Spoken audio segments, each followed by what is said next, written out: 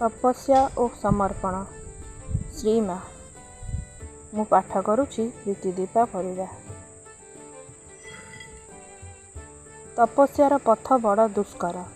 एथिरे तुमे प्रधानतः निज उपरे ही निर्भर करिथा। तुम निजर शक्ति द्वारा ही गति करिथा। एहा फलरे तुमे ऊर्ध्वकु गति कर एवं निज सामर्थ्य अनुजाई फल लाभ करिथा।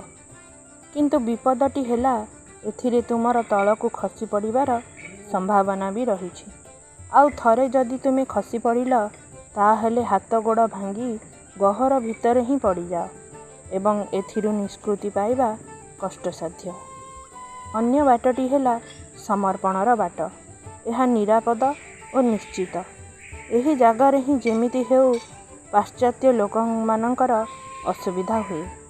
सेमानंक व्यक्तिगत स्वाधीनता को जहा किछि क्षुण्ण करे ताकु भय करिबाकु किंबा आड़ई रहिबाकु सेमानंकु शिक्षा दिया जाई थाए।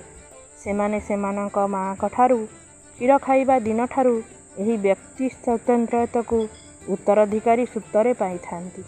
किंतु समर्पणर अर्थ हैला से सब को त्याग करिबा।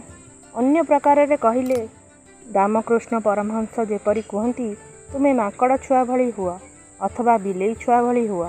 माकड़ छुआ कौन करे ना गोटे स्थान रू अन्य स्थान को जीवा पाई ता माँ को निजे जाबुड़ी धरी थाए एवं ताकू खूब शक्त करी जाबुड़ी धरिबा को हेबा।